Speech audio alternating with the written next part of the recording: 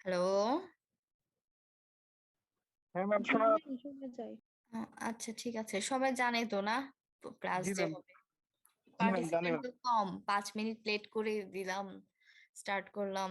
37 জন, 75 না 76 জন বলছিলাম না? জি ম্যাম। তার আগে সবাই আমাকে একদম সহজ সুন্দর করে একটু উত্তর দাও তো, যে সবাই কি লেপের মধ্যে বসে বসে ক্লাস করতেছো? না ম্যাম। চেয়ার টেবিলে বসে? Yes ma'am. চেয়ার টেবিলে কয়জন? হাত তুলো তো। আজকে যে ঠান্ডা। হুম,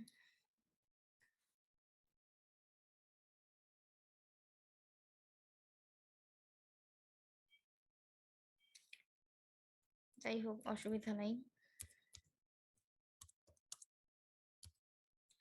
শোনো, আজকে তোমাদের ক্লাসটা হচ্ছে মেইনলি একটা রিভিউ ক্লাস। হ্যাঁ, তোমাদের তোমাদের আসলে জি ম্যাম। প্র্যাকটিক্যাল ক্লাসগুলো যে হয়েছে, এটা কে, তামান্না তাসমিম ম্যাডাম নিয়েছে জি ম্যাম। সবগুলোই? জি ম্যাম, মোটামুটি ম্যামই সবকিছু নিয়েছিলেন। আচ্ছা, কিন্তু কেন? তোমাদের ক্লাস টিচার ছিলাম হচ্ছে আমি আর তামান্না, তাহলে আমি কোনো ক্লাস কেন নেই নাই? সব গ্রুপেই তামান্না ক্লাস নিছে। ম্যাম, সব গ্রুপেরটা বলতে পারি না ম্যাম, আমাদের গ্রুপ একটা মানে ম্যাম ম্যামই নিয়েছিলেন আর কি সব। ম্যাম, ক্লাসগুলো সব কম্বাইন্ডলি নেওয়া হয়েছিল। কম্বাইনলি? জি ম্যাম। কম্বাইনলি নেওয়ার কথা অনলাইনে তো। এখানে তো তোমার টাইম স্পেস নিয়ে কোনো প্রবলেম নাই। আর আমরা তো ধরো যে আমাদের যে ইয়া বিডিএন ভি সেশন, যেটা এখানে একসঙ্গে 300 পার্টিসিপেন্ট নেওয়া যায়, বুঝছো? সেজন্য আর কি। কিন্তু এমন কিভাবে হলো এটাই বুঝলাম না, যে আমি কোনো ক্লাসই নেই নাই।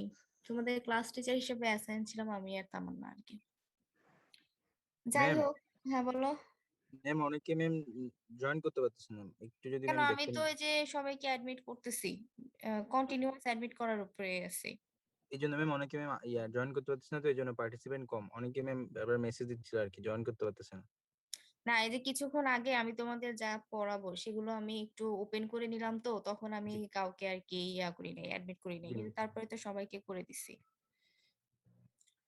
যাই হোক, যেহেতু সামনে পরীক্ষা, তোমাদের স্টুডেন্টদের মনোযোগ পাওয়ার মোক্ষম অস্ত্র হচ্ছে পরীক্ষার কথা বলা। পরীক্ষার কথা বললে তখন তোমাদের আর কি আহ, মনোযোগ বাড়ে, তাই না?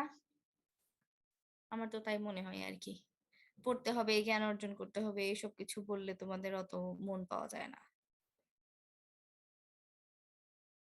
উম,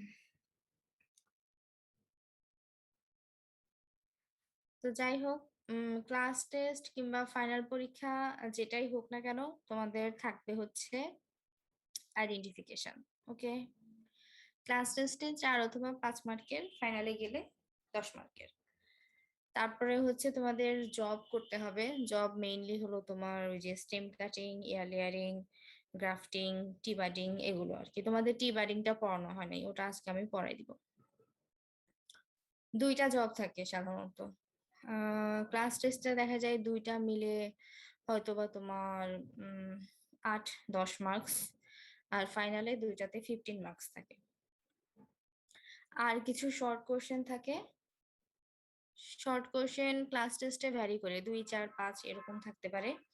আর ফাইনালে গিয়ে 15 মার্কসের মতো থাকে আর কি। তো ক্লাস টেস্ট তো 20 মার্কস হয়ে গেল। যে 4 অথবা 5 মার্কের হচ্ছে তোমার ইয়া আইডেন্টিফিকেশন, 4-5 মার্কের হচ্ছে শর্ট কোশ্চেন, আর 10 মার্কের হচ্ছে জব। তো এই, আর ফাইনালে এর সাথে এক্সট্রা থাকে হচ্ছে ভাইবা। আর হলো ওই যে প্র্যাকটিক্যাল নোটবুকে কখনো কখনো আমরা ক্লাস টেস্টে 2 মার্কস রাখি, যদি খাতা কমপ্লিট থাকে আর কি। তোমরা কি খাতা লিখছো? হুম? আমরা তো ম্যাম ওরকম ভাবে মানে এখনো বুঝতে পারি না কিভাবে খাতা লিখবো ম্যাম, আমরা তো আগে খাতা, এখানে। তো খাতা যে তোমরা লেখো না, এটা খুব ভালো কাজ করছো। এখন তাড়াতাড়ি করে পরীক্ষার আগে লেখো আর কি।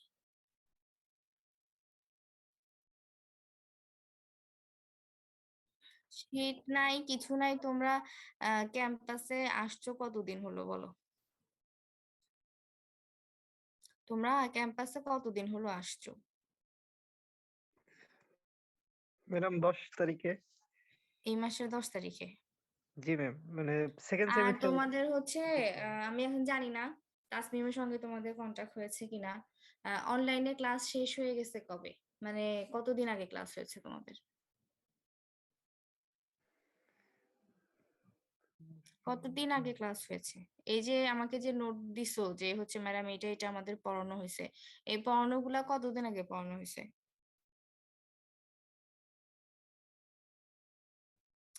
সিয়ার রিপ্লাই দাও।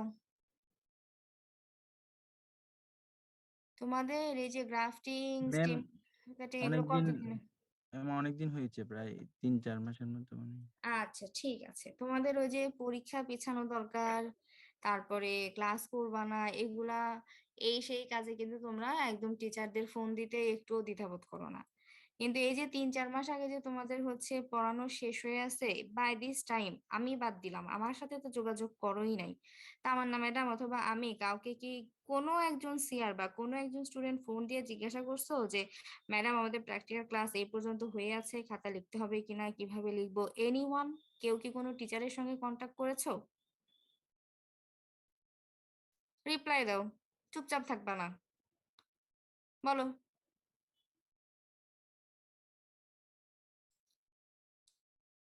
অ্যানিয়ন? কেউ কোনো শিক্ষকের সঙ্গে যোগাযোগ করছো কিনা এই বিষয়ে, যে হচ্ছে ম্যাডাম ক্লাস তো অনেকগুলোই করলাম, অনেকগুলো টপিকই তো পড়ানো হয়ে গেছে, তো হচ্ছে খাতা কিভাবে লিখতে হবে যদি একটু ইনস্ট্রাকশন দিতেন? কোনো সিআর, কোনো জিআর, কোনো স্টুডেন্ট কন্টাক্ট করছো? এখন দেখো এই যে তোমাদের মুখে কোনো কথা নাই, কিন্তু এখন যখন আমি জিজ্ঞাসা করতেছি যে খাতা লিখছো কিনা, না লেখার কারণ হিসেবে দিলা যে হচ্ছে কিভাবে লিখতে হবে, কি থেকে লিখতে হবে ম্যাডাম আমরা জানি না। অথচ একই টাইমে হচ্ছে আহ আরো অন্যান্য লেভেলের বা হচ্ছে অন্যান্য ফ্যাকাল্টিতে তোমরা, তোমাদের ফুড ইঞ্জিনিয়ারিং এও আমাদের হর্টিকালচার কোর্স আছে, ইকোনমিক্সে আছে, আমাদের ফ্যাকাল্টিতে আছে, ওই সেম টাইমে ক্লাসগুলো হয়ে গেছে। তোমাদের যে অন্যগুলো বাদ দিলাম, তোমাদের প্রোপাগেশনের যে 6টা এক্সপেরিমেন্ট স্টেম কাটিং থেকে শুরু করে গ্রাফটিং পর্যন্ত, এগুলো আমরা লেভেল 1-এ পড়াই, লেভেল 4-এ পড়াই।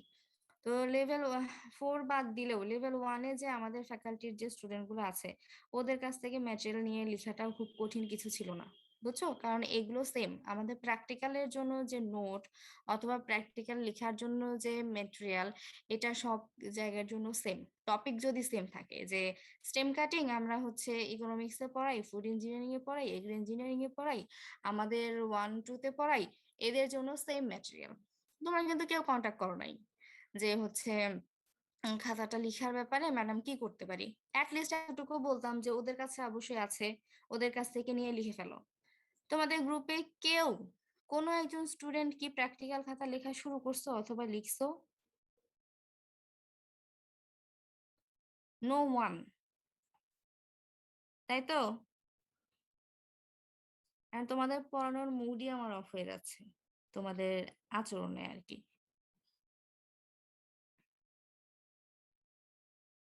তবে তোমরা লেভেল 2-তে পড়ো, এমন না যে লেভেল 1-এর স্টুডেন্ট কিছু জানো না, বোঝো না। আর ইঞ্জিনিয়ারিং হচ্ছে ভেরি মাচ প্র্যাকটিক্যাল বেসড একটা কোর্স, তোমাদের কাছ থেকে আমি আরেকটু সিনসিয়ারিটি আশা করছিলাম, বুঝছো? তো এখন হচ্ছে ম্যাম, ম্যাম বলো। আমাদের আসলে 2-1 এর পরীক্ষাগুলো শেষ হয়ে যাওয়ার পর ম্যাম আমরা 11 তারিখ থেকে 2-2 এর রিভিউ ক্লাসগুলোর জন্য আর কি ক্লাস শুরু করছিলাম। সেক্ষেত্রে ম্যাম শোনো, আমাদের তো এক্সকিউজ যতই দাও, তোমরা ক্যাম্পাসে আসছো 10 দিন, 10 তারিখে, তারপরে তোমাদের আগে 2-1 এর পরীক্ষা হয়েছে, তারপরে 2-2 স্টার্ট হচ্ছে, কিন্তু ক্লাস তো 2-1 শেষ করে 2-2 শুরু হয়ে গেছিল, তাই না? এখন যদি বলি যে তোমাদের হচ্ছে খাতা লিখতে হবে টোটাল 10টা এক্সপেরিমেন্ট, হ্যাঁ, তো 2-1 এর ক্লাস শেষ হওয়ার পরে যখন 2-2 ক্লাসটা স্টার্ট হলো, তখনও তো তোমরা, আমি যেটা বলতেছি মানে আমার মেইন মানে আপত্তিটা যেখানে, যে ক্লাস শেষ হয়ে গেছে 3-4 মাস আগে তোমাদের ভাষ্য মতে। আমার আসলে মনেই নাই যে কখন তোমাদের ছিল, কিংবা তাসমিমের সঙ্গে আমার কি আলাপ হলো, ও কখন কিভাবে ক্লাস নিল। ও এখন ছুটিতে আসছে, আমি যোগাযোগও করতে পারতেছি না ওর সাথে। তো হচ্ছে আমার অলরেডি মাথা থেকে আউট হয়ে গেছে। তার মানে এতদিন আগে ক্লাস শেষ হয়ে গেছে, বাই দিস টাইম কিন্তু কেউ কোনো কমিউনিকেশন করো নাই। ম্যাম, কয়েকজন ঢুকতে পারছে না আমার ফ্রেন্ড আর কি। হ্যাঁ, ঢুকতে পারছে না না। এখন হচ্ছে ওয়েটিং এ 2 জন আছে। তো যখনই যে করতেছে, আমি সঙ্গে সঙ্গে অ্যাডমিট করে দিচ্ছি। বেশি মানুষ নাই, 1-2 জন। তারা জয়নিং, হয়তো বা নেটওয়ার্ক ইস্যু আর কি। আদারওয়াইজ আমি কাউকে ওয়েট করাই রাখি নাই। আমি যখনই কাউকে দেখতে পাচ্ছি ওয়েটিং রুম, আমি সঙ্গে সঙ্গে অ্যাডমিট করে দিচ্ছি। তারপর যদি কোনো প্রবলেম হয়, ওটা নেটওয়ার্ক ইস্যু হবে আর কি। এটাই। তো যাই হোক, যা হয়ে গেছে হয়ে গেছে, ওটা নিয়ে আসলে কথা বলে লাভ নাই। কিন্তু বেসিক্যালি হচ্ছে আমরা প্র্যাকটিক্যাল কোর্সগুলো হচ্ছে স্টার্টই করেছিলাম এই উদ্দেশ্যে, তোমাদের হেল্প করার উদ্দেশ্যে, যেন হচ্ছে খাতা লেখার ব্যাপারে তোমাদের কোনো প্রেশার তৈরি না হয়। ক্লাসগুলো হয়ে থাকলো, তোমরা খাতাগুলো রেডি রাখলা, যখনই পরীক্ষার ডেটটা দেওয়া হবে, তোমরা যেন ইজিলি পরীক্ষাটা দিতে পারো। মানে হচ্ছে খাতা লেখার ইয়াটা ছাড়া। কারণ যতদিন হলো ক্লাস শেষ হয়ে আছে, যতই 2-1 এর ফাইনাল পরীক্ষা থাকুক, অ্যাটলিস্ট 50% খাতা কমপ্লিট করার মতো টাইম ছিল। 100% না হলেও যদি 10টা এক্সপেরিমেন্ট লিখতে হয়, তোমাদের যা পড়ানো হয়ে গেছে তাতে মাত্র 2টা টপিক বাকি আছে, ওটা আমি এখনই পড়াই দিব। সেই 2টা টপিক ছাড়া অন্য সবগুলো টপিক লিখার মতো টাইম তোমাদের ছিল, তোমরা কাজে লাগাওনি। কিন্তু দিন শেষে দোষ সবসময় টিচারদের উপরেই আসে, যে ম্যাটেরিয়াল পাই নাই ম্যাডাম, হ্যান ত্যান। কিন্তু আমাদের সাথে সাথে তোমরা কন্টাক্টও করো নাই যে হচ্ছে কিভাবে লিখবো। কিংবা অনেক অনেক স্টুডেন্ট আমাদের সঙ্গে যোগাযোগ করতো, ম্যাডাম আমার খাতা তো অর্ধেক লিখে রেখে আসছি, আর বাকি অর্ধেক যে এখন লিখবো, যদি খাতার পেজ একরকম না হয় তাহলে কি কোনো সমস্যা হবে? এরকম সিনসিয়ার স্টুডেন্টও আছে। তখন তাদের আমরা রিপ্লাই দিতাম যে না, এটা কোনো অসুবিধা নাই, তুমি লেখাটা শেষ করো, কারণ এরকম এমার্জেন্সি সিচুয়েশন ওই খাতার পেজ একরকম আছে কিনা দেখবো না, লেখা থাকলেই হবে। এরকম কমিউনিকেশনও কিন্তু অনেকে করেছে আমাদের সাথে। যখন এখন তো ধরো যে অনেক কিছুই নর্মাল, কিন্তু যখন একদমই ওই যে রোজার সময় যে লকডাউনটা দিল প্রায় 5 মাসের মতো, ওই টাইমটাতেও কিছু কিছু স্টুডেন্ট আমাদের সঙ্গে কন্ট্যাক্ট করতো যে ম্যাডাম খাতা লিখতে বসছি, কিন্তু ওগুলো যদি নষ্ট হয়ে যায় কি করব, অথবা আহ, আর অল্প একটু বাকি আছে, এটা কিভাবে লিখবো ম্যাডাম, ম্যাডাম আমাদের এই নোটটা নাই, কিভাবে কালেক্ট করতে পারি। এরকম অনেক স্টুডেন্ট আমাদের সঙ্গে যোগাযোগ করতো, আমরা হেল্প করতাম বা ইনফরমেশন দিতাম আর কি। এই তা তোমরা যেহেতু করো নাই, তোমরা প্রয়োজন মনে করো নাই, যার জন্যই করো নাই। তোমাদের কি ক্লাস টেস্টের রুটিন হয়ে গেছে, মানে কোন ডেটে কোন সাবজেক্টের পরীক্ষা হবে এরকম কিছু? না না ম্যাম, ম্যাম, এখন তো রুটিন হয়নি। শুধু 2 তারিখ থেকে স্টার্ট হবে, না 1 তারিখ থেকে স্টার্ট হবে 2 ফেব্রুয়ারি? তারিখ থেকে ma'am। 2 ম্যাম তারিখ। একটা নোটিশ দিয়েছে জাস্ট, এখনো ম্যাম রুটিন বা এরকম কোনো কিছু আসেনি। জাস্ট ওনারা নোটিশ দিয়েছেন কি 1 তারিখ থেকে বা 2 তারিখ থেকে ক্লাসটা শুরু হতে পারে, এরকম একটা নোটিশ হ্যাঁ, দিয়েছেন। ক্লাসে শুরু হতে পারে, আবার এই কথাটা কেন আসতেছে যে যে কোনো সময় আবার ক্যাম্পাসে ক্লাস পরীক্ষা বন্ধ হয়ে যেতে পারে, এখন বলা যায় না কখন কি হয়। তো যাই হোক, এখন ওই বেশি কথা বললে বলবা যে ক্লাসই হয় কি না হয়, পরীক্ষাই হয় কি না হয়, তারই ঠিক নাই, আর ম্যাডাম এরকম করতেছে। এটা কোনো ব্যাপার না। ব্যাপার না বলতে কি, পরীক্ষা বলো, তারপরে ক্লাস বলো, মার্কস বলো, ডিগ্রি বলো, কমপ্লিট করে আসছি। আমার আর দরকার নাই। দরকার যদি থেকে থাকে তোমাদেরই আছে। যে কথা যদি বলে থাকি, তোমাদের জন্যই বলতেছি। হ্যাঁ, তোমাদের জন্যই বলতেছি। তো যাই হোক, পরীক্ষার আইডেন্টিফিকেশনে তো হচ্ছে থাকবে তোমাদের। সিআর এর সঙ্গে আমি একটু কথা বলছিলাম, তোমরা 3টা গ্রুপ, টোটাল 3 গ্রুপের মধ্যে সম্ভবত গ্রুপ 1 পরীক্ষা আমি নিব, আর গ্রুপ 2 আর 3 হচ্ছে হাফিজ স্যার নিবে। আমি স্যারের সঙ্গে এখনো কথা বলি নাই, আমি হয়তো কালকে কথা বলবো, জানাই দিব আর কি তোমাদের। তো সেই হিসেবে হচ্ছে গ্রুপ 1 এর পরীক্ষাটা আমি নিব মনে হয়, আর গ্রুপ 2 আর 3 হচ্ছে হাফিজ স্যার নিবে। তো এখন কিছু বিষয় আছে যেগুলো তোমাদের একটু রিভিউ করা দরকার, বিশেষ করে আইডেন্টিফিকেশনের জিনিসগুলা। তো আইডেন্টিফিকেশনে তোমাদের হচ্ছে নার্সারি ইকুইপমেন্ট চিনতে হবে, তার ফাংশন কি জানতে হবে। তো সেইটা চেনার জন্য হয়তো বা ডিপার্টমেন্টে আমি একদিন একটু ব্যবস্থা করব, কিন্তু কালকে রবিবার ডিপার্টমেন্টে পরীক্ষা আছে, কালকের পরীক্ষাটা হয়ে যাক, বাই দিস টাইম একটু আমি হাফিজের সঙ্গে কথা বলে নিব। তো এই দেখা, সিড দেখতে হবে, তারপরে ভেজিটেবল অ্যান্ড ফ্লাওয়ারের যে গাছগুলো আছে এগুলো হর্টিকালচার ফার্মে যেয়ে দেখতে হবে, অ্যান্ড হচ্ছে তোমাদের প্রোপাগেশন যে প্র্যাকটিসটা এটাও ফার্মে যেয়ে করতে হবে। এখানে আসলে আমরা টিচাররাও এখন অনেক ব্যস্ত, তোমাদেরকে ওইভাবে হয়তো ইন্ডিভিজুয়ালি টাইম দিতে পারবো না, কিন্তু তোমরা আমার সঙ্গে যোগাযোগ করলে আমি ব্যবস্থা করে দিতে পারবো যে এত তারিখে এতটার সময় ডিপার্টমেন্টে আসবা, তোমাদের ইকুইপমেন্ট দেখানো হবে এভাবে, অথবা এত তারিখে হচ্ছে ফার্মে যাবা, তোমাদের প্রোপাগেশন প্র্যাকটিসের ব্যবস্থা করা হবে। সেটা আমি এই যে আমার কাছে শুধু যে সিআর এর ফোন নাম্বার আছে, সিআর তুমি কত নাম্বার গ্রুপের? ম্যাম আমি সি নাম্বার, গ্রুপ সি।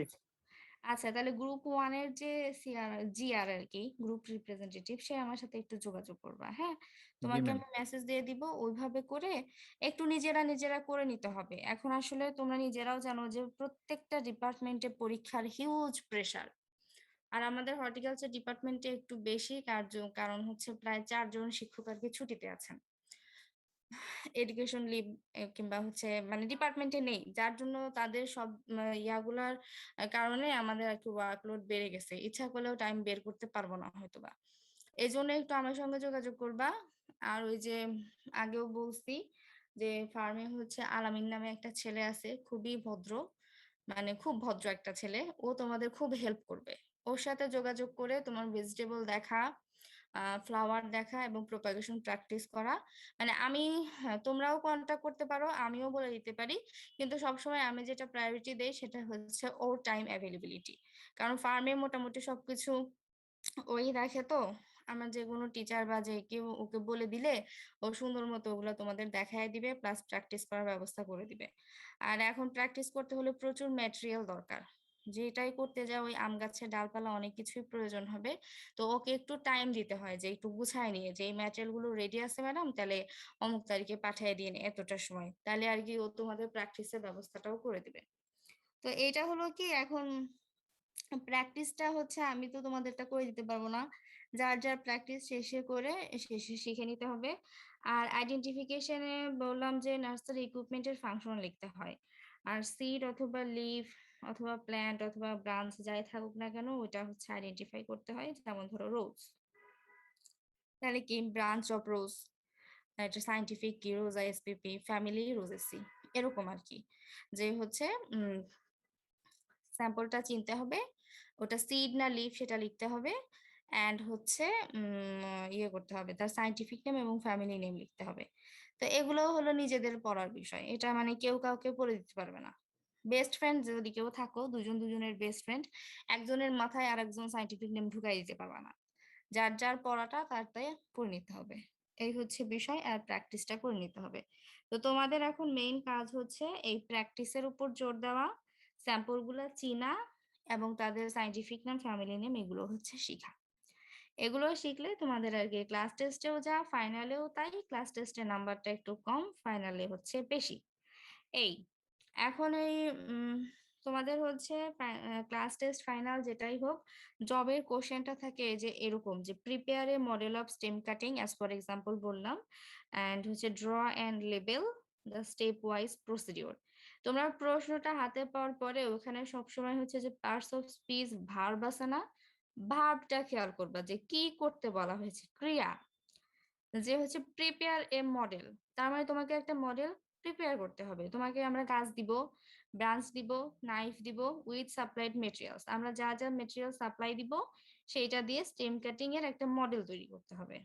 শেষ। তারপরে কি আছে, ড্র অ্যান্ড লেবেল, তুমি যে হচ্ছে কাজটা করলা সেটা স্টেপ ওয়াইজ কি কি স্টেপ ফলো করে করছো সেটা ড্র করবা এবং প্রপার ভাবে লেবেলিং করবা যে কোন স্টেপে তুমি কি কাজ করছো।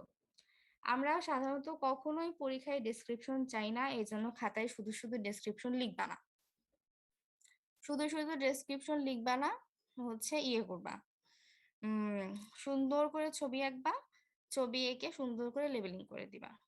এটা হলো বিষয়। এটাই অনেক সময় পরীক্ষার হলে স্টুডেন্টরা বুঝতে পারে না, আর কখনোই কোনো পরীক্ষায় কোনো অপশন থাকে না, বুঝছো? অপশন মানে যে দুইটা থেকে একটা লিখতে হবে বা দুইটা থেকে একটা জব করতে হবে, এরকম কখনোই থাকে না। সব সময় হচ্ছে যা যা কোশ্চেন থাকে তার সবকিছুই আনসার করতে হয়, এখানে অপশনের কোনো চান্স নেই। বোঝা গেছে পরীক্ষার সিস্টেম? আইডেন্টিফিকেশনের scientific name, family name, common name শিখবা।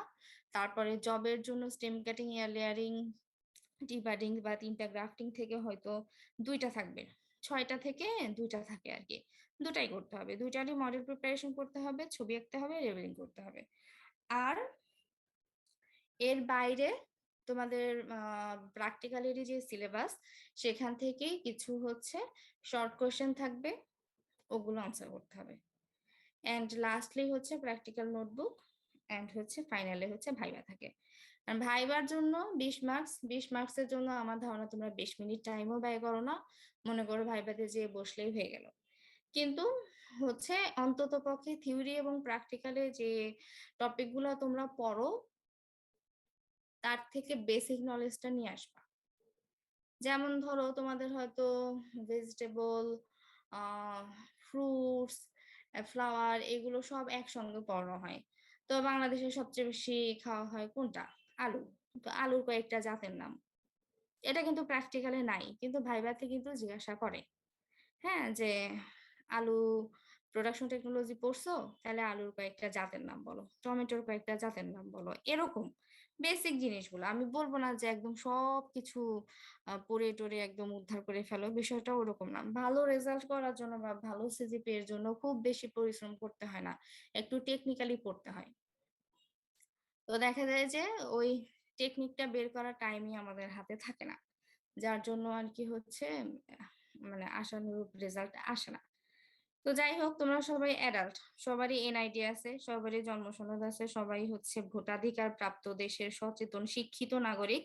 তোমাদের নিজস্ব ইচ্ছার মানে আমি রেসপেক্ট করি, যার যেরকম ইচ্ছা সে সেইভাবে পড়াশোনা করবা, সে সেইভাবে মার্কস পাবা।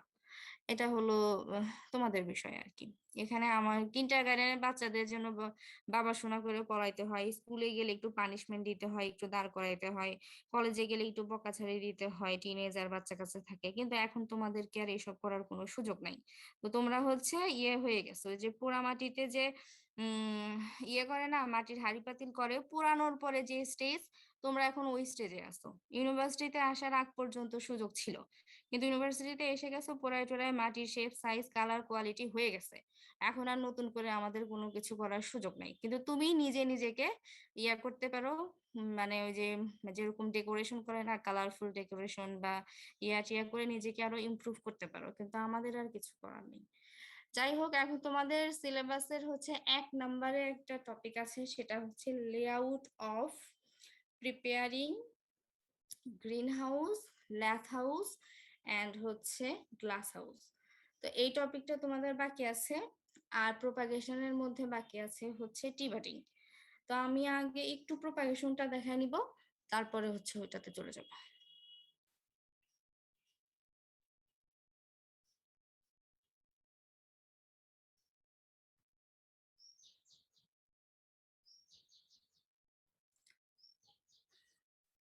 আমার স্ক্রিনটা মনে হয় তোমরা দেখতে পাচ্ছ, তাই না? এখানে এখানে হচ্ছে প্রোপাগেশনের হচ্ছে কি ব্যাপার, পিসি আবার ইয়ে হয়ে গেল নাকি?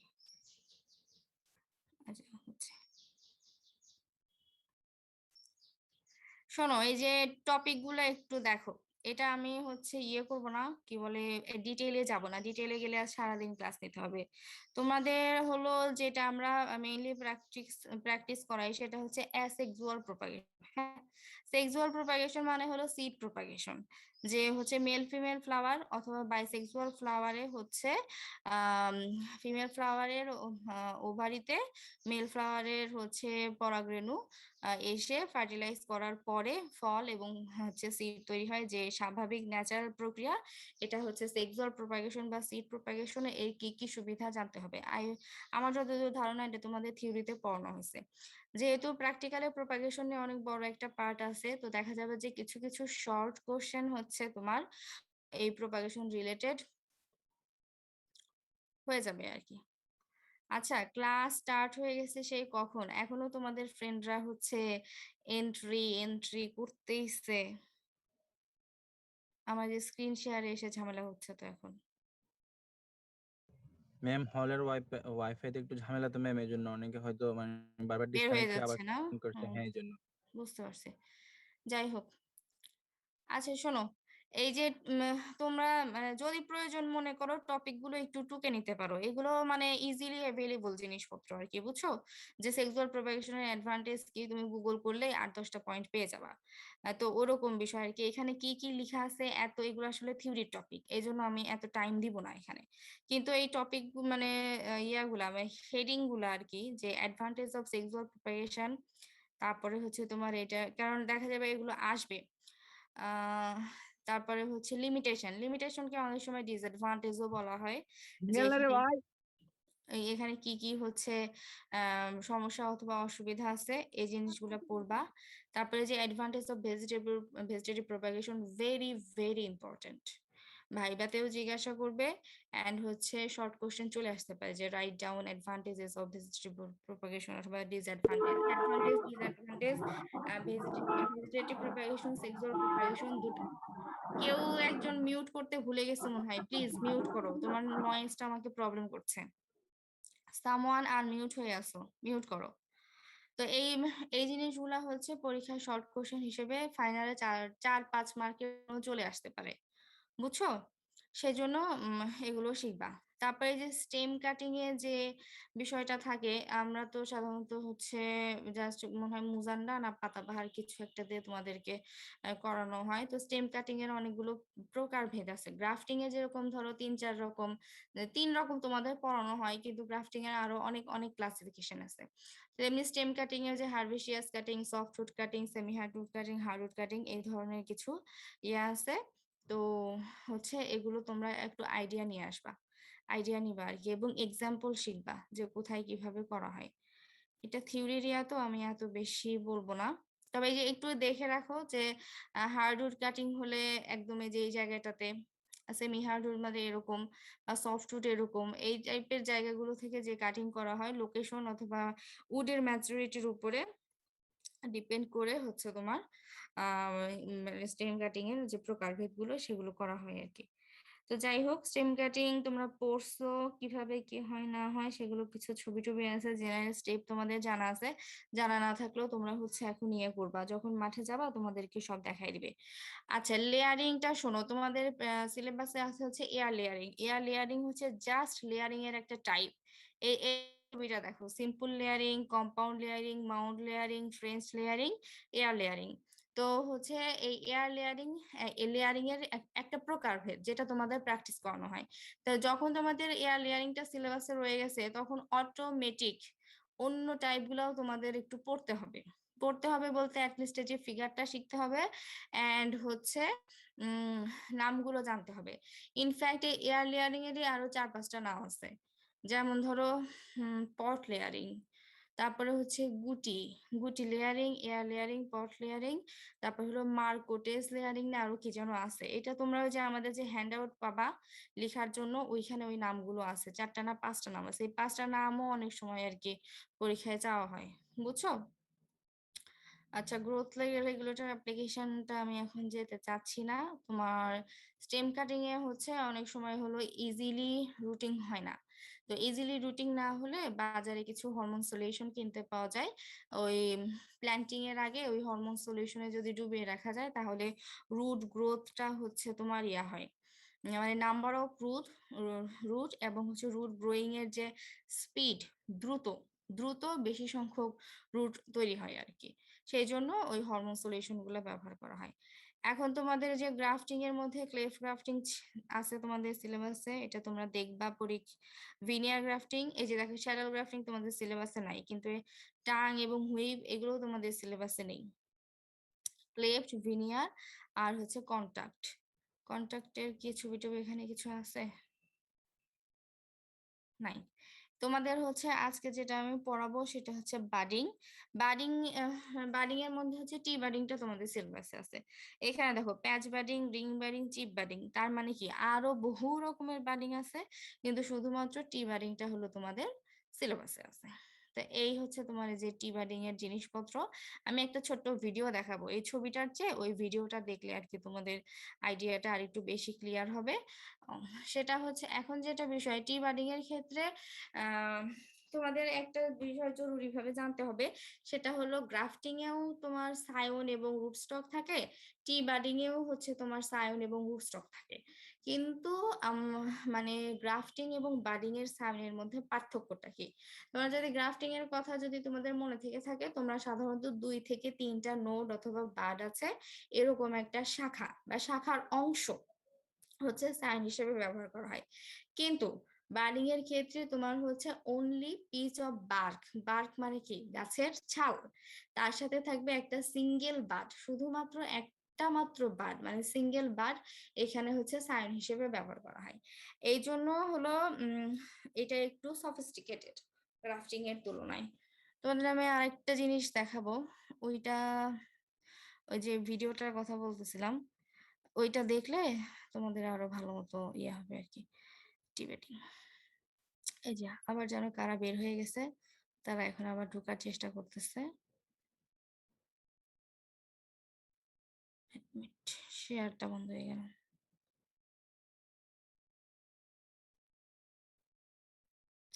এই দেখো টি বাডিং কিভাবে করে দেখা যাচ্ছে। এগুলো আসলে আমারও দেখার কিছু নাই, দেখানোর কিছু নাই, মানে গুগল ইউটিউবে একদম ছোট ছোট 1-1.5 মিনিটের অনেক অনেক ইয়ে আছে আর কি, ভিডিও আছে। এখানে টি বাডিংটা দেয়ার এই যে একটা রিজন বলে দিচ্ছি, এখানেও লেখা আছে যে make a T shape cut on root stock, root স্টকের উপর টোটালি টি শেপের একটা কাট দেওয়া হয়, এই জন্য এই বাডিংটার নাম হচ্ছে টি বাডিং। সেটা কিভাবে দেওয়া হয় তোমরা যে নিজেই নিজে সুন্দর মতো দেখো, এটা বেশ বড় করে দেখানো হয়েছে আর কি। এই যে, এবং এটা রোজেই করা হয় বেসিক্যালি।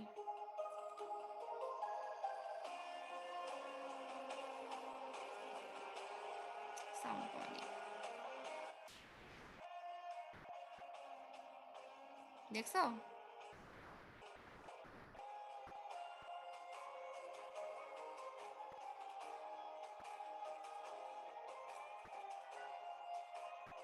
রুট স্টক প্রিপারেশন কিন্তু শেষ।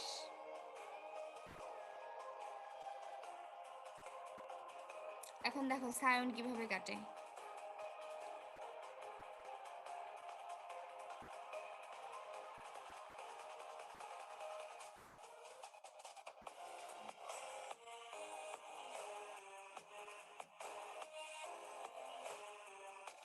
দেখছো সায়নটা? এখন সায়নটাকে হচ্ছে ওইখানে ইনসার্ট করে দিতে হবে।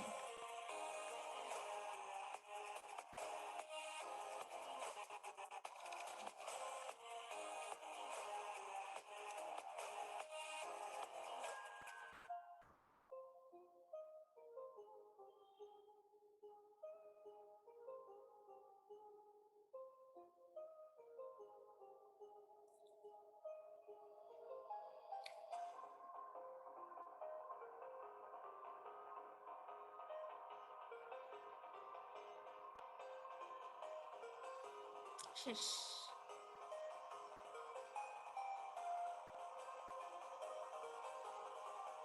এটা ওই রুট স্টকের মাথাটা কেটে দিল আর কি।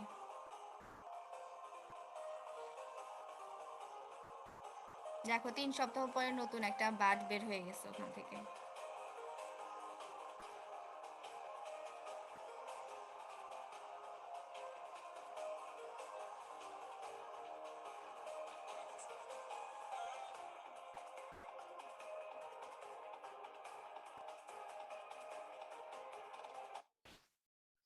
আরেকটা ভিডিও দেখাবো, তার আগে তোমাদের বন্ধু বান্ধবকে আবার একটু ভিতরে আসার পারমিশন দিয়ে নেই।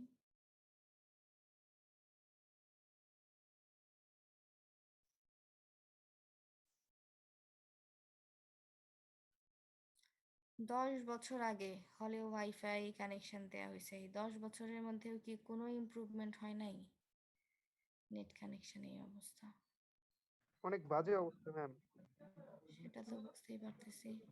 আমরা 2012 সালে মনে হয় হচ্ছে তোমার হলে ওয়াইফাই দিছে আর কি। আচ্ছা দেখো, এই এই যে প্রথম যে ছবিটা দেখতে পাচ্ছ না, মানে আমি তো এখনো ভিডিওটা স্টার্ট করি নাই, অ্যাকচুয়ালি সায়নটা এইভাবে রেডি করা হয় বুঝছো। মানে পাতার দুইটা অংশ থাকে, লিপ পেটিওল আর লিপ ব্লেড। লিপ ব্লেডটা ছড়ানো অংশটা কেটে ফেলে দেওয়া হয়, আর বোটা মানে এই লিপ পেটিওলটা রাখা হয়। কারণ কি, এই যে কক্ষটা আছে না, এই কক্ষে মেইনলি যে এখানে বাদ আছে, তো যদি আমি পেটিওলটা রিমুভ করতে যাই তাহলে এই বারটা ক্ষতিগ্রস্ত হতে পারে।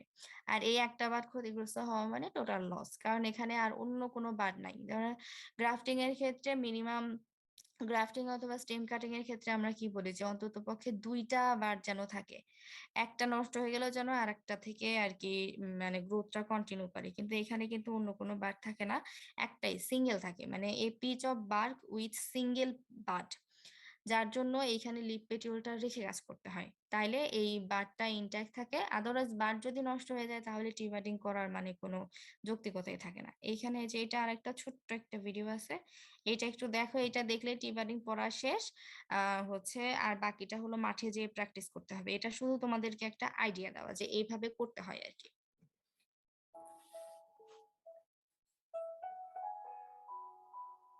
সেম সেম টি কাটিংটা আছে, কিন্তু এটা আরেকটু ক্লিয়ার করার জন্য আর কি।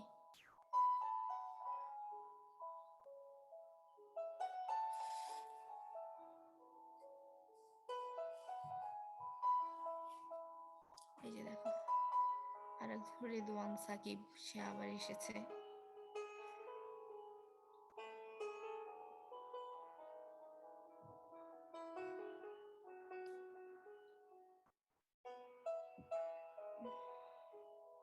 ও এটা আবার গোলাপে ছিল না বুঝছো, সেই জন্য আমি আবার গোলাপটা আলাদা করে ইয়ে করছিলাম, কারণ রোজেই করা হয় বেশি। যে এখানে সাইনের প্রিপারেশনটা দেখো, সুন্দর মতো দেখাইছে।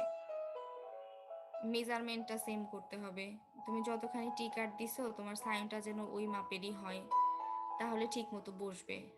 এই জিনিসটা আর কি এখানে সুন্দর মতো দেখাইছে।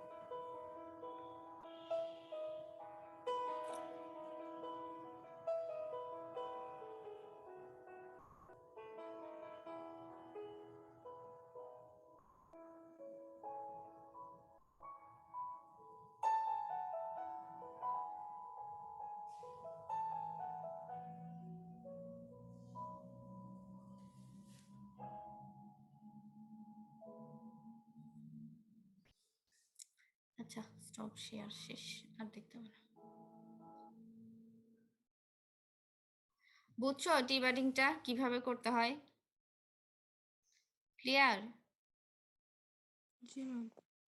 আচ্ছা, এটা হলো মেইনলি হচ্ছে তোমার এমন গাছগুলোতে করা হবে যেই গাছের বার্ক মানে গাছের ছাল ইজিলি রিমুভ করা যায়। এখন ধরো পেয়ারা, পেয়ারা গাছ দেখছো না সবাই? আম, পেয়ারা, আম, এইসব গাছে কি করা যাবে টি বাডিং? কি মনে হয়? মনে হয় না ম্যাম। না ম্যাম, করা যাবে তো, আম গাছে তো মনে হয় করা যাবে ম্যাম। আম গাছের বাকল কি সহজে উঠানো যায়? ম্যাম যদি ডাল মানে হচ্ছে সবুজ যখন থাকে তখন কি করা যাবে ম্যাম? এগুলো বেসিক্যালি হচ্ছে তোমার, আম গাছে তো আঠাই থাকে, আঠার মধ্যে জোড়া লাগবে কিভাবে? ওই আঠাই তো হলো দুই সারফেসের মাঝখানে ঝামেলা করে দিবে।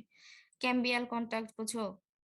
কাটো যে গ্রাফটিং করার সময় যে কাঠ কেটে কুটে যে জোড়া লাগাও, হচ্ছে ইয়ে পড়ছো না, ইন্টারমিডিয়েটে বোটানি পড়ছো না? জাইলেম, ফ্লোয়েম, ক্যাম্বিয়াম ওয়ার্ড গুলা মনে আছে? জি ম্যাম। মেডিকেল অ্যাডমিশন টেস্টের সময় যারা টেস্ট মেডিকেল টেস্ট এর জন্য প্রিপারেশন নিছো আর কি। এরপর তা না ফুড কন্টাক্টিং টিস্যু হচ্ছে ফ্লোয়েম, ওয়াটার কন্টাক্টিং টিস্যু হচ্ছে জাইলেম, মনে আছে? মনে আছে নাকি? কেউ কিছু বলে না। জি ম্যাম। এখন শোনো, গাছে একটা গাছ মানে ধরো গ্রাফটিং বাডিং কিছু করা হয় নাই, নর্মাল একটা প্ল্যান্ট, সেই প্ল্যান্টে হচ্ছে জাইলেম টিস্যুর মাধ্যমে রুট থেকে পানি গাছের সারা শরীরে যায়। আর পাতায় যে খাদ্য তৈরি হয় সেটা ফ্লোয়েম টিস্যুর মাধ্যমে ডিস্ট্রিবিউট হয়, আর যেটা অতিরিক্ত খাদ্য থাকে ওটা আমরা জানি ফলে ফুলে কাণ্ডে সঞ্চিত থাকে, স্টোর থাকে আর কি। এইটা তো একদম জেনারেল বোটানি, তাই না? একদম জেনারেল বোটানি, এটার জন্য কিন্তু তোমার একদম হাইটেক নলেজ দরকার নাই। তো যখন আমরা গ্রাফটিং অথবা বাডিং করি, হ্যাঁ, তখন কিন্তু আমরা একটা গাছকে আর একটা গাছের সঙ্গে এসে জোড়া লাগাই। ক্যাম্বিয়ামের সঙ্গে ক্যাম্বিয়াম, জাইলেমের সঙ্গে জাইলেম, ফ্লোয়েমের সঙ্গে ফ্লোয়েমের যদি ঠিক মতো জোড়াটা না লাগে তাহলে ওই গাছ বাঁচবে না, কারণ সেখানে পানি এবং ফুড পৌঁছাবে না, বুঝছো? তো যখন আমরা যে সবসময় বলা হয় যে যখন আমরা গ্রাফটিং বাডিং করব শার্প নাইফ ইউজ করব, যদি শার্প নাইফ ইউজ করে শার্প কাট না দেই তাহলে ক্যাম্বিয়াল কন্টাক্ট হবে না এবং তাদের মধ্যে কন্টাক্ট এবং ওয়াটার কন্টাক্টের টিস্যু জোড়া লাগবে না। আরেকটা বিষয়টা এই যে পানির লাইনের যে পাইপ গুলো আছে না, ধরো একটা পাইপ কেটে আর একটা পাইপ যদি তুমি ঠিক মতো ঠিক পজিশনে জোড়া না দাও তাহলে কি পানি ঠিক মতো আসবে? আসবে না। তো অনেকটা বিষয়টা ওরকম। তো এই জাইলেম এবং ফ্লোয়েমের কন্টাক্টটা যাতে ঠিক মতো হয় বা ক্যাম্বিয়াল কন্টাক্টটা যাতে এটা হলো গ্রাফটিং সাকসেসের একদম ফার্স্ট অ্যান্ড ফরমোস্ট একটা কন্ডিশন, যে ক্যাম্বিয়াল কন্টাক্ট হতে হবে। তো ক্যাম্বিয়াল কন্টাক্টের জন্য যদি ধরো যে আম গাছের সঙ্গে আম গাছের গ্রাফটিং করতেছি কিংবা আম গাছের সাথে আম গাছের বাডিং করতেছে, এইখানে এই টিস্যু গুলো ছাড়া মাঝখানে কোনো আঠা, ডেড টিস্যু বা মরা সেল যাই থাকুক না কেন যদি থাকে, তাদের মধ্যে ক্যাম্বিয়াল কন্টাক্ট হবে না এবং তাদের এই গ্রাফটিংটা সাকসেসফুল হবে না। মানে গ্রাফটিং বাডিং হচ্ছে দেখতে মানে ভিজুয়ালি দেখতে খুবই সিম্পল মনে হয়, কিন্তু ফিজিওলজিক্যালি এবং বোটানিক্যালি এগুলো খুবই টেকনিক্যাল বিষয়। হুম, যেমন ধরো একবীজপত্র, একবীজপত্রী কি ধান, তাই না? ধান ধরো যে ধান, তারপরে হচ্ছে আখ মানে ইক্ষু অ্যান্ড বাঁশ, এরা তিনজন কিন্তু একই ফ্যামিলির অন্তর্ভুক্ত, গ্রামিনী। এদের কি গ্রাফটিং করা যায়? বলো। বাঁশে কি গ্রাফটিং হবে? না ম্যাম। কেন হবে না?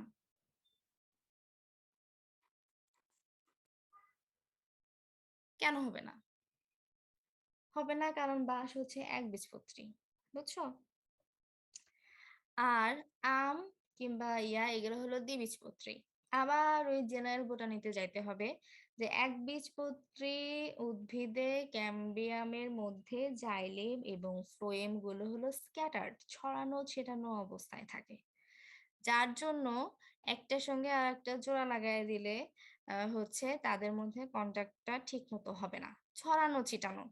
ধরো যে যদি হচ্ছে এই যে একটু আগে টি বার্ডিং এর সময় আমরা মেজারমেন্ট দেখলাম না, দৈর্ঘ্য মানে যে পরিমাণ যে দৈর্ঘ্যে হচ্ছে টি কাটটা দিছি ঠিক ওই দৈর্ঘ্যের পরিমাণ কিন্তু আমরা সায়ন নিলাম। তো এইটা যদি তোমার মেজারমেন্ট যদি সমানুপাতিক না হয় তাহলে কিন্তু হচ্ছে তাদের মধ্যে কন্টাক্টটা ঠিক মতো হবে না।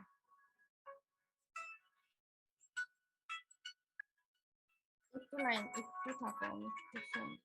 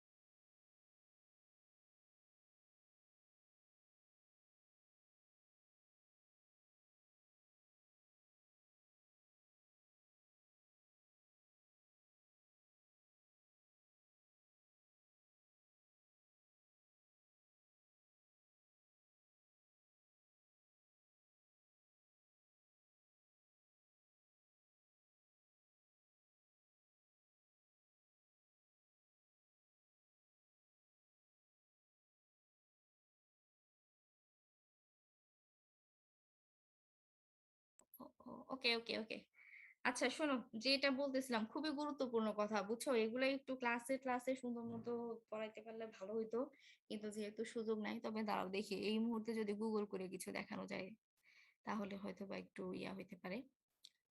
হুম,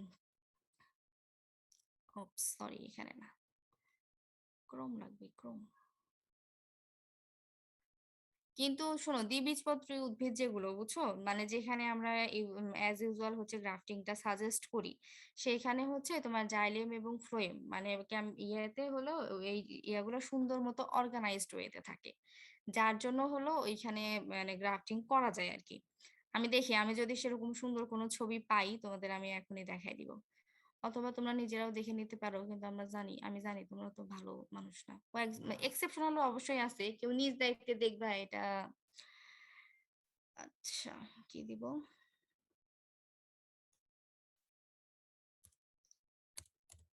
ক্যাম্বিয়াম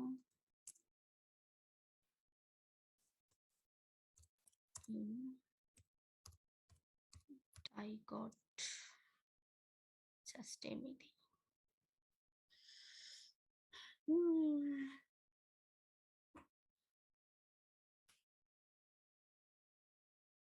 এই যে দেখো, ছবিগুলো দেখতে পাচ্ছ না? এটাই দেখাই, দেখতে পাচ্ছ? রেসপন্স করতে হবে। জি জি ম্যাম। ম্যাম।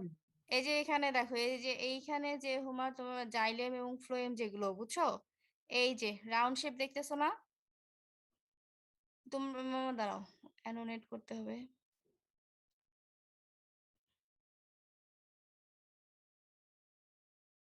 মোটা কিছু একটা নেই,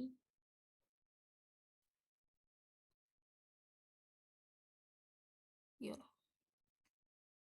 এই যে আমি যে ইয়েলো সার্কেলটা দেখাচ্ছি, এটা দেখতে পাচ্ছ?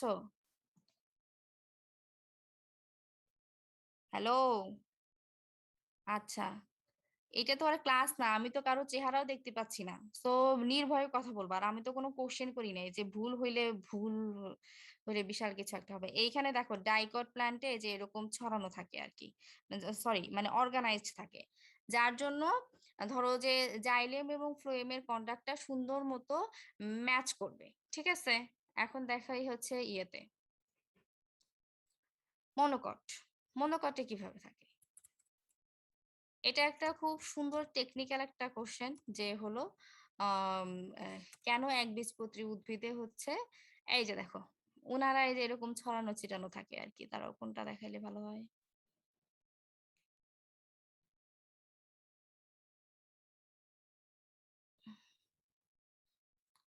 ওহো।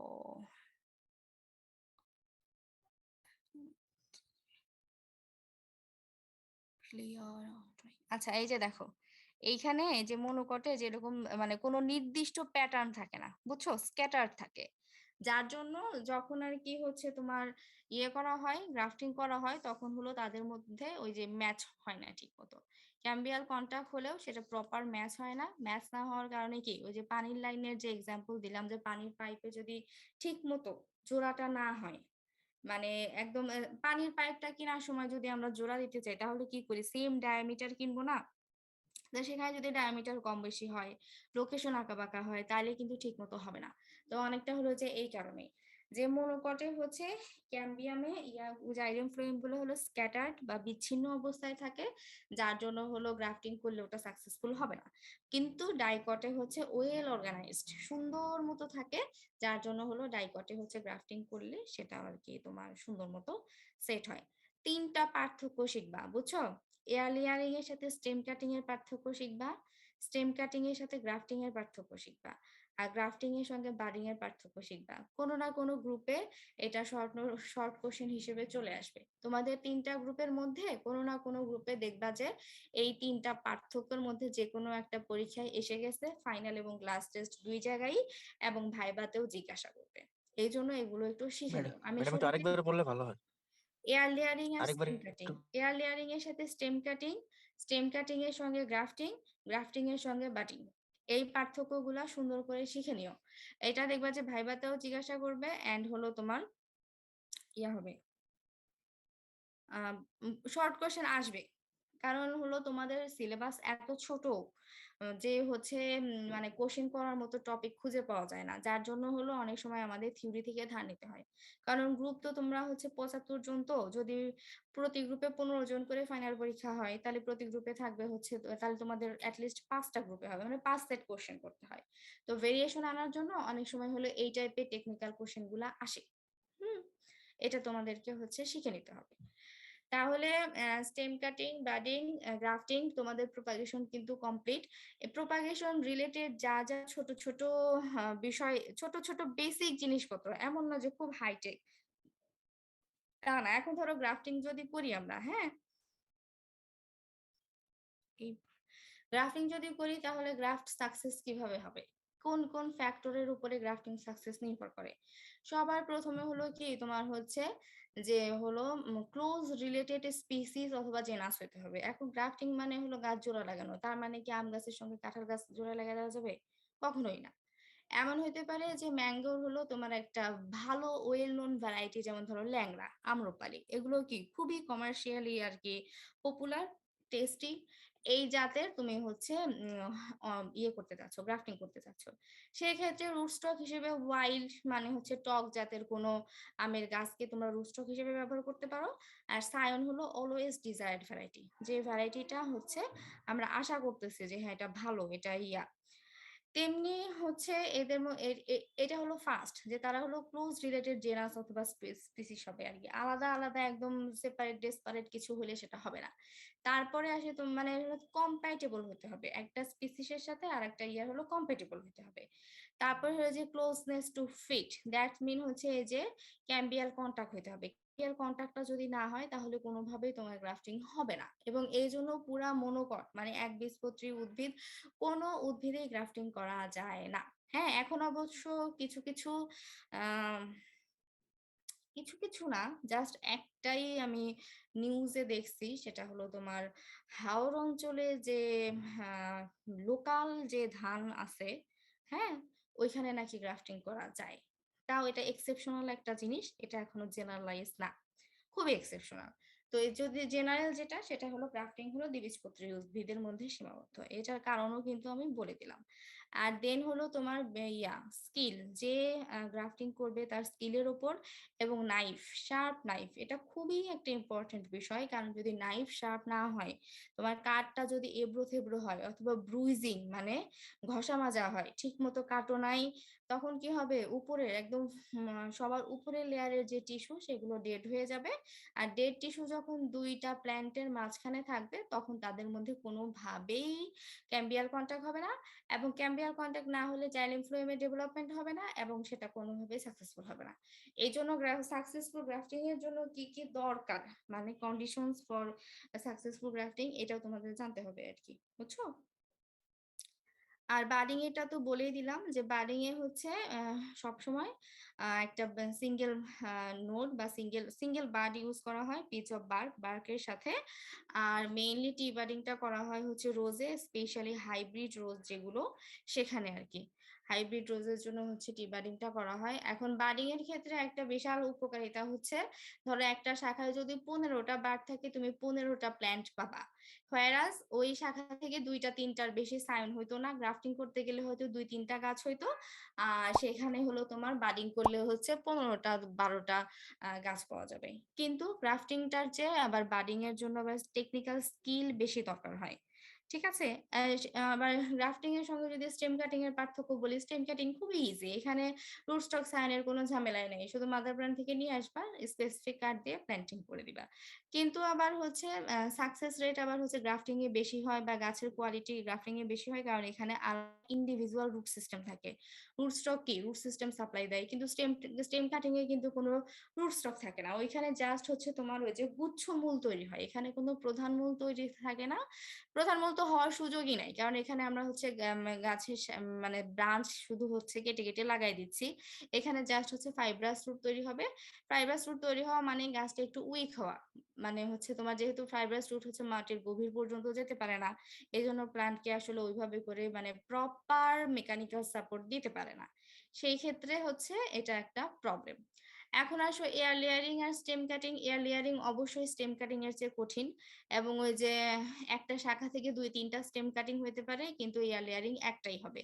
তারপরও যেই ঠাকুর যেই ফুলে তৃপ্ত হয় তাকে কিন্তু সেই ফুল দিয়েই পূজা করতে হয়। তো যেই গাছ বা যে ফল অথবা যে ফল গাছ হোক যেটাই হোক, যেটা যে ভেজিটেটিভ প্রপাগেশনে বেশি ভালো রেসপন্স করবে তার ক্ষেত্রে সেটাই করতে হবে। যেমন ধরো যে ওই যে জামরুল আছে না, সুন্দর রহিম স্যারের জামপ্লাজমে ঢুকলেই জামরুলে হচ্ছে তুমি ইয়ে করবা, স্টেম কাটিং করবা, ওতে কোনোদিনও রুটিং হবে না যদি না তুমি রুটিং হরমোন বা স্পেশাল কেয়ার নাও। কিন্তু জামরুলে হচ্ছে এয়ার লেয়ারিং করলে সুন্দর রুটিং হবে। তো এখানে জামরুলের ক্ষেত্রে যদিও স্টেম কাটিং ইজি এবং কস্ট ইফেক্টিভ, কিন্তু আমাদেরকে ফলো করতে হবে এয়ার লেয়ারিং, কারণ এখানে এয়ার লেয়ারিং এর রেসপন্স ভালো আসে। তেমনি পেয়ারাতেও এয়ার লেয়ারিং ভালো হয়, পেয়ারাও স্টেম কাটিং এ ওইরকম ভালো রেসপন্স করে না। তো এইভাবে করে তোমরা একটার সাথে আরেকটার কম্পারিজনটা শিখবা, যে কোনটার কি সুবিধা অসুবিধা এবং কোনটা কোন ক্রপে করলে রেসপন্স ভালো আসে। এগুলো হচ্ছে যে আমাদের যে মেটেরিয়াল গুলো আছে, নোটগুলো আছে, ওইখানে থাকতেও পারে নাও থাকতে পারে, এগুলো তোমাদের একটু পড়াশোনা করে নিতে হবে আর কি। থিওরিতে কিছু কিছু বিষয় থাকতে পারে, আর আমি তো বলেই দিচ্ছি এইভাবে করে পড়বা। প্রোপাগেশন শেষ। এখন আমি যেটা দেখাবো সেটা হচ্ছে ইয়া কি বলে, গ্রিন হাউস। গ্রিন হাউস প্রত্যেক বছর যেটা করা হয় বুঝছো, তোমাদের হলো এইটা হলো অ্যাসাইনমেন্ট হিসেবে দেওয়া হয়, যে গ্রিন হাউস, ল্যাথ হাউস আর হচ্ছে গ্লাস হাউস, এই 3টা লেআউট কিভাবে করতে হয় সেটা অ্যাসাইনমেন্ট হিসেবে দেওয়া হয়। তোমরা নোটবুকে এখনো লেখো নাই, তো আমি আর এবার অ্যাসাইনমেন্টের ঝামেলায় যাচ্ছি না। তোমরা এটা একটা এক্সপেরিমেন্ট হিসেবে খাতায় লিখে ফেলবা। তোমরা তোমাদের সিলেবাসের 1 নাম্বার ইয়েতেই এটা পাবা, বুঝছো? আইডেন্টিফিকেশনের পরপরই যে নার্সারি ইকুইপমেন্ট আইডেন্টিফিকেশন, তারপরে আছে মনে হয় তোমার হর্টিকালচারাল ক্রপ আইডেন্টিফিকেশন। 3 নাম্বারেই সম্ভবত তোমার এই যে layout of green house, lath house আর হচ্ছে গ্লাস হাউস দেয়া। পরে মনে হয় কি আছে, প্রপাগেশন, এই আর কি। তো যাই হোক, তো ওই যে গ্রিন হাউসের স্ট্রাকচার কেমন হয় আমি কয়েকটা ভিডিও দেখাই দিব শুধু। এটা তোমরা হচ্ছে ইয়ে করবা, প্র্যাকটিক্যাল নোটবুকে হলো এক্সপেরিমেন্ট হিসেবে লিখবা। আর গ্রিন হাউস, তো মোটামুটি গ্রিন হাউসটা আমি একটু পরে দেখাই, কারণ এটা হলো জানা জিনিস। এই যে শেড হাউস বা এটাকে এটা আরেকটা নাম আছে হচ্ছে তোমার ল্যাথ হাউস, LATH।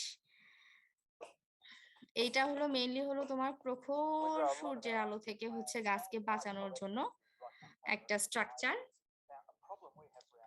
তোমার কথাবার্তা শোনার সময় নাই, আমি কথা বলবো এখানে। তো এইভাবে দেখো, এই যে এইখানে এই জায়গায় রাখো, যে এই যে কাঠের ইয়ে দেখতেছো না, এভাবে করে এটা তৈরি করা হয়, মানে মানে পর্যাপ্ত সানলাইট যেন থাকে গাছের গ্রোথের জন্য, আবার এক্সেস সানলাইট বা এক্সেস হিট যেটা গাছের জন্য আর কি ক্ষতিকর বা কষ্টদায়ক, সেই জিনিসটা যাতে অ্যাভয়েড করা যায়, সেই জন্য এই ল্যাথ হাউসটা তৈরি করা হয়। এই লোকটা অনেক কষ্ট করে তৈরি করতেছে, আমরা অত কষ্ট করে দেখবো না, আমরা শুধু এন্ডটা দেখবো যে আসলে ফাইনালি জিনিসটা কি। মানে এখানে ছায়া থাকবে, শেড হাউস মানে তো বুঝতেছো যে লাইটের সাথে ছায়ার একটা কম্বিনেশন, যে এখানে হচ্ছে এক্সেস সানলাইটের যে ডিসঅ্যাডভান্টেজ সেখান থেকে প্ল্যান্টকে বাঁচানো, হোয়ারাস এখানে পর্যাপ্ত আলো থাকবে যেন প্ল্যান্টের গ্রোথ ঠিক মতো হয়। তো এইখানে আর কি তোমার অনেক সুন্দর মতো অনেক এই যে স্টিল এটা সেটা দিয়ে করছে। বাংলাদেশের ফার্মাররা এত বড় লোক না, সাধারণত আমাদের দেশে এটা কাঠ দিয়ে হয়।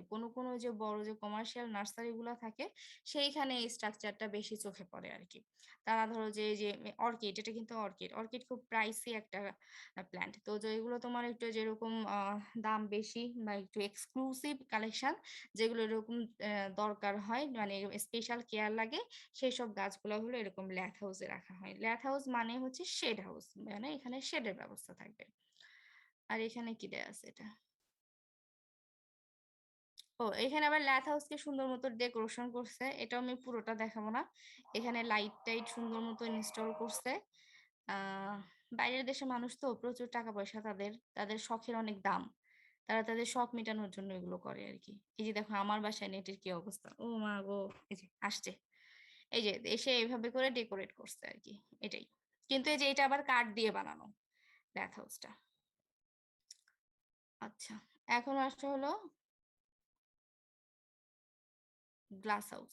গ্লাস হাউসের নাম দেখেই বোঝা যাচ্ছে এটা খুবই সুন্দর একটা গ্লাস হাউস। এইখানে আর কি বিভিন্ন প্ল্যান্ট রাখছে। এটা কি অ্যাড দিল না? এটা মেইনলি হলো তোমার যে টেম্পারেট রিজিয়নে তোমার হচ্ছে গ্লাস হাউস আর গ্রিন হাউসের ফাংশন কিন্তু সেম, যে হলো বাইরে টেম্পারেচার কম থাকবে, ভিতরে যেন হচ্ছে টেম্পারেচার বেশি থেকে প্লান্টের গ্রোথ যেন ঠিক মতো কন্টিনিউ করে, সেই ধরনের একটা স্ট্রাকচার রেডি করা। এদের প্রচুর টাকা পয়সা, অনেক সুন্দর করে করছে, দেখে আমার লোভ লেগে গেছে। কিন্তু এটা মানে দেখে খুশি হওয়া ছাড়া আর কিছু করার নেই আর কি, কারণ আমাদের দেশে এমনিতেই অনেক গরম। তো এভাবে করে গ্লাস হাউস করা হয় এবং একদম ধরো যে মোটামুটি আর্কিটেক্টের মতো আর কি, ইঞ্জিনিয়ার দিয়ে টিয়াল করে তারপরে করা হয়। তোমাদের অ্যাসাইনমেন্টটাই থাকে হচ্ছে লেআউট করা। তো এখন তোমরা টপিকটা দেখবা সিলেবাসে, যে হচ্ছে যেভাবে লিখবা, এক্সপেরিমেন্টে খাতায় লিখবা, আলাদা করে অ্যাসাইনমেন্ট করার দরকার নাই। একটা গ্লাস হাউস, এর ভিতরের কিছু কি দেখাবে? এই যে ভিতরে আছে সিডলিং, যেগুলো ছোট, বেশি মানে এক্সট্রা কেয়ার দরকার, তাদেরকে এখানে রাখা হয়েছে। এখন আসি আমরা গ্রিন হাউসে। গ্রিন হাউস আর গ্লাস হাউস মোটামুটি সেম। তারপর এখানে 4 মিনিটের একটা ভিডিও আছে।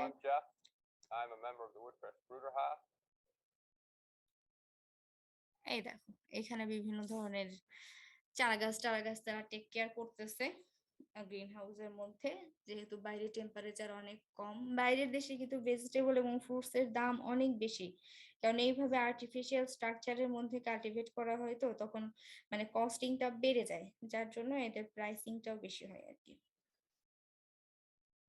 আর এই যে সবার আগে যে এই যে এইখানে যে ভিডিওটা আছে, এটার লিঙ্কটা আমি তোমাদের ডেসক্রিপশন বক্সে এখনই দিয়ে দিব। কারণ হলো ডেসক্রিপশন বক্স না, সরি, চ্যাট বক্সে। এইটাতে মোটামুটি ইয়ে আছে, কি বলে, ও কি আছে জানো, মানে লেআউট থেকে শুরু করে সবকিছু আর কি অনেক সুন্দর মতো আর কি হচ্ছে ডিজাইনিং কিভাবে করতে হয়, এন্ড হচ্ছে আরো টিয়াগুলা মানে ডিটেইল লেআউটটা কিভাবে করা হয় মেজারমেন্ট অনুযায়ী, ক্লাসিফিকেশন অনুযায়ী অনেক কিছু ইনফরমেশন এখানে দেওয়া আছে। যদি কারো পড়ার ইচ্ছা থাকে পড়ে নিতে পারবা। চ্যাট বক্স খুঁজে পাই না কেন?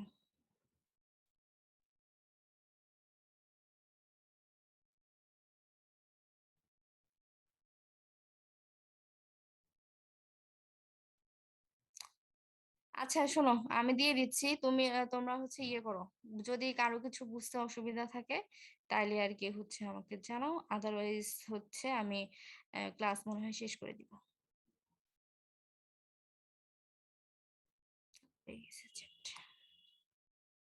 নাও তোমাদেরকে এই লিঙ্কটা আমি দিয়ে দিচ্ছি, এটা যদি কারো মনে হয় যে হচ্ছে দেখতে পারো আর কি। গ্রিন হাউস বেসিক্যালি এটা হচ্ছে গ্রিন হাউস নিয়ে প্রায় 20-22 মিনিটের একটা lecture. If anyone feel interested then you can watch it. কারো কিছু বুঝতে অসুবিধা আছে কি আজকে যা পড়ালাম?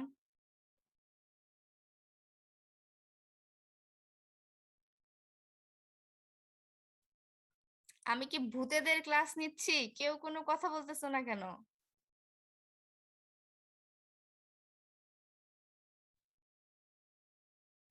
ম্যাম। হুম, বলো। না ম্যাম। সবাই সব বুঝছো? হয় সবাই সবই বুঝছো, না হয় কিছুই বুঝছো নাই। যাই হোক, বলে কোনো লাভ নেই, টাইম খুবই কম। এগুলা ধরো যে 4-5টা ক্লাসে পড়ানো লাগতো 4-5 ঘন্টা ধরে, সেটা এখন 1 ঘন্টায় পড়াইলাম। যা পড়াইলাম তুমি যা বুঝছো। কোনো অসুবিধা থাকলে যোগাযোগ করতে পারো। আর যে গ্রুপ 1 আমার সাথে একটু রবিবার অফিস আওয়ারের মধ্যে বিকাল 5টার মধ্যে আমাকে একটা ফোন দিবা, আমি তোমাদেরকে জানাবো যে কবে ইকুইপমেন্ট দেখাবো, বুঝছো? আর মাঠের যে বিষয়টা, ওইটা তোমরা নিজেরা ব্যক্তিগতভাবে ম্যানেজ করতে পারো। যদি কোনো প্রবলেম ফেস করো তাহলে আমাকে জানাতে পারো, আমিও কথা বলে দিতে পারি আর কি, কোনো অসুবিধা নেই। তাহলে ঠিক আছে, ক্লাস শেষ করে দিচ্ছি। ম্যাম আপনি একটু বললে মাঠের ম্যাম ব্যাপারটা মনে হয় ভালো হয় ম্যাম। হ্যাঁ বলো বলো। ম্যাম বলছিলাম কি মাঠে যে ম্যাম যে ভাইটা থাকবেন আমাদের ওনাকে লিভ যদি আপনি একটু বলে দেন তাইলে হচ্ছে হ্যাঁ আমরাও আমি গিয়ে ওটা বলে ওনার সাথে দিব, একটু কথা ওটা বললে আমি একটু বলে ভালো দিব, হয়। অসুবিধা নেই, ওটা আমি বলে দিব, কোনো প্রবলেম নেই। আরেকজন কি বলতে চাচ্ছিলা? ম্যাম ওই যে আমাদের লিফ অ্যালবাম সিড অ্যালবাম নিয়ে একটু বলেন। ও লিফ অ্যালবাম সিড অ্যালবাম তো তোমাদের করতে হবে বলতে হচ্ছে 15 দিনের মধ্যে লিফ অ্যালবাম করতে পারবা? এক কাজ করো, ক্লাস টেস্টে সিড অ্যালবামটা সাবমিট করো আর ফাইনালে লিফ অ্যালবাম সাবমিট করো। ওকে, দুই পরীক্ষায়, মানে ক্লাস টেস্টের জন্য আমি লিফ অ্যালবামের প্রেসার দিলাম না, লিফ অ্যালবাম না লিফ হারবেরিয়াম বলে, লিফ হারবেরিয়ামটা তোমরা বিফোর ফাইনাল রেডি করে ফেলবা, আর সিড অ্যালবামটা হচ্ছে ক্লাস টেস্টের মধ্যে রেডি করবা, আর প্র্যাকটিক্যাল নোটবুকটা আমি ক্লাস টেস্টেই চাচ্ছি, বুঝছো? লিফটা ফাইনালে দাও, আর সিড আর হচ্ছে প্র্যাকটিক্যাল নোটবুক এটা হচ্ছে ক্লাস টেস্টের দিন সাবমিট করবা। Any problem? হুম, সিলেবাস তো তোমাদের লিখতে হবে টোটাল প্রোপাগেশনের 6টা, আর হচ্ছে এই যে এখন যেটা পড়ালাম গ্রিন হাউস 7টা এক্সপেরিমেন্ট মনে হয়, মানে লিখার জন্য 7টা, আর হলো তোমার আইডেন্টিফিকেশন আছে, তো আইডেন্টিফিকেশন তো আর তোমার নোটবুকে লিখতে হবে না। আইডেন্টিফিকেশন টু টাইপস না, 3 টাইপস, একটা হচ্ছে ইকুইপমেন্ট, একটা হলো সিট, আর একটা হচ্ছে লিফ, বুঝছো? তো এগুলো তো খাতায় লিখতে হবে না, খাতায় তোমাদের লিখতে হবে হলো প্রোপাগেশনের 6টা, আর এইটা আর কি তোমাদের সিট বেড ছিল নাকি? দাঁড়াও, তোমাদের ওই যে সিআর হচ্ছে আমাকে যে দিছে, কি দিছে, ইমেল করছে, আমি একটু ইমেলটা চেক করে বলতেছি যে আর কি আছে, যদি আমি দেখি যে আরো একটু বেশি তাহলে 2-1টা কমাই দিব লেখার জন্য, কিন্তু আমি মোটামুটি ম্যাক্সিমামটা হচ্ছে রেডি যাচ্ছি। Wait 1 second. ও methods of planting horticultural crops আছে, সিড বেড আছে, আর কি, আচ্ছা শোনো, তোমাদের এক্সপেরিমেন্ট হবে হচ্ছে টোটাল, একটা হলো মেথডস অফ প্লান্টিং 1 2 3, প্রোপাগেশনের 6টা, আর তার সাথে হচ্ছে 2টা 8টা আর একটা 9টা, টোটাল 9টা হচ্ছে। কয়টা লিখবা বলো? তোমাদের তিনটা প্র্যাকটিক্যাল নোটবুকে লিখতে হবে 9টা এক্সপেরিমেন্ট মোট। তার মধ্যে প্রোপাগেশনের যে ইয়াটা, এগুলো প্রত্যেকটা ম্যাক্সিমাম 2 পেজ, ওই preparation of scion, preparation of rootstock, adjoining of scion and rootstock. তো যদি হচ্ছে তোমার 6টা প্রোপাগেশন হয়, 6টা প্রোপাগেশনের জন্য ম্যাক্সিমাম 6 দুগুণা 12 অথবা 3 15 পেজ লাগবে, আর বাকিগুলোর জন্য হয়তো আর 15 পেজ, টোটাল তোমাদের 30 পেজে 25 থেকে 30 পেজ লেখা। এখন বলো কয়টা লিখবা?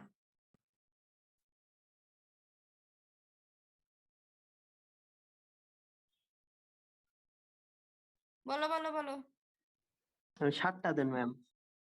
7টা হলে বাকি থাকবে হচ্ছে টি বাডিং আর হলো কন্টাক্ট ড্রাফটিং। তাহলে আজকে সুন্দর করে লিখে নাও যে শুধুমাত্র কন্টাক্ট ড্রাফটিং আর টি বাডিং ছাড়া বাকি সবকিছু লিখতে হবে।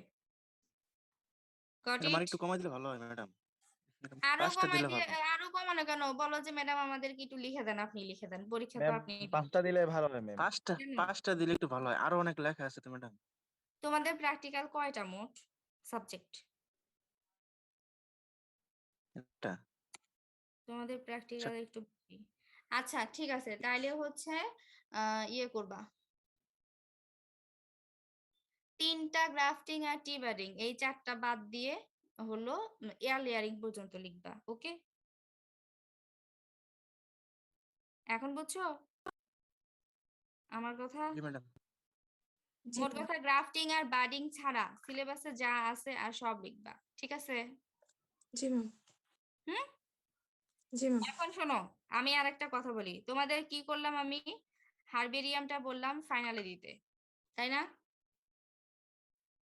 লিভ হারবেরিয়াম বলছি ফাইনালে সাবমিট করার জন্য। এই শুনো, রেসপন্স করো, কথা বলো, আদারওয়াইজ কিন্তু আমি রেগে যাব। জি ম্যাম। আমি কি তোমাদের পড়া ধরতেছি না ভাইবা নিচ্ছি? হচ্ছে তোমাদের লিভ হারবেরিয়াম ফাইনালে সাবমিট করবা, তাহলে সিরিয়াল বাম আর প্র্যাকটিক্যাল নোটবুকের মধ্যে শুধুমাত্র হচ্ছে গ্রাফটিং বাডিং বাদ দিয়ে, গ্রাফটিং এর 3টা বাডিং এর একটা, তার মানে এই 4টা বাদ দিয়ে বাকি যে 5টা, বাকি 5টার মধ্যে কি কি থাকে? একটা থাকে হলো তোমার এই যে গ্রিন হাউস ল্যাথ হাউসে যেটা পড়লাম এইটা, methods of planting horticultural crops, nursery bed, আর স্টেম কাটিং আর এয়ার লেয়ারিং। একদম তোমাদের পছন্দ মতো জিনিসপত্র দিছি না আমি? জি ম্যাম। তোমরা যা চাইলা তাই পাইছো নাকি সেটা বলো। জি ম্যাম। একটু আগে বললা না ম্যাডাম 5টা দিলে সুবিধা হয়, দিলাম। জি জি ম্যাম। ম্যাম। যা দিছি তোমাদের পছন্দ মতো দিছি, তোমাদের ইচ্ছা মতো দিছি। পরীক্ষার দিন কেউ যদি সাবমিট করতে না পারো তাকে ক্লাস টেস্টে আমি 20-এ 0 দিব, বুঝছো? জি ম্যাম। যা যা বললা, যেভাবে যেভাবে বললা, আমি কিন্তু তোমাদের সব কিছু মেনে নিলাম। কারণ আমি আমি বললেই হারভেরিয়ামটা হচ্ছে ক্লাস টেস্টে দিয়ে দিতে পারতাম, কিন্তু আমি সেটা দিচ্ছি না কারণ এটা একটু টাইম কনজিউমিং বিষয়, তোমাদের অন্য সাবজেক্টও পড়তে হবে। আমার কথা হচ্ছে ক্লাস টেস্টের মধ্যে তোমাদের এই প্র্যাকটিক্যাল নোটবুকের হাফই তো 9টার মধ্যে 5টা, এবং সিড অ্যালবাম এটা যেন আমি পরীক্ষার দিন রেডি পাই, রুটিন হোক। যদি আল্লাহ সবকিছু নর্মাল রাখে, যদি সবকিছু হয় তো হবে। আর যদি সেরকম কোনো এমার্জেন্সি এসে যায়, ক্লাস পরীক্ষা বন্ধ, ভার্সিটি বন্ধ, লকডাউন, সেই বিষয় আলাদা। কিন্তু আমি যেটা বলতেছি সেটা হচ্ছে জেনারেল সিচুয়েশনের জন্য। এখন যেভাবে সবকিছু চলছে, যদি এইভাবে চলে, যে ডেটে গ্রুপ 1, গ্রুপ 2 আর গ্রুপ 3 হচ্ছে আমি সাধারণত পরীক্ষা মনে হয় আমি নিব না, ওটা হচ্ছে হাফিজ স্যার নেবে। গ্রুপ 1 একটু ভালো করে শুনো, তোমরা ওই ডেটে যদি সাবমিট করতে না পারো ক্লাস টেস্টে 20-এ 0 পাবা, বুঝছো? সুন্দর মতো রেডি করে নিয়ে আসবা, ঠিক আছে? জি নাই ম্যাম। আর কোনো কথা নেই? জি ম্যাম। থাকো, ক্লাস শেষ করে দিলাম। আসসালামু আসসালামু আলাইকুম। আলাইকুম ম্যাম। ওয়ালাইকুম আসসালাম।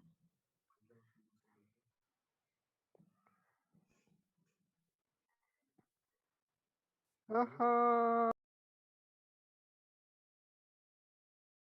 হটে ভাইয়া, কি ব্যাপার, এন্ড হয় নাই?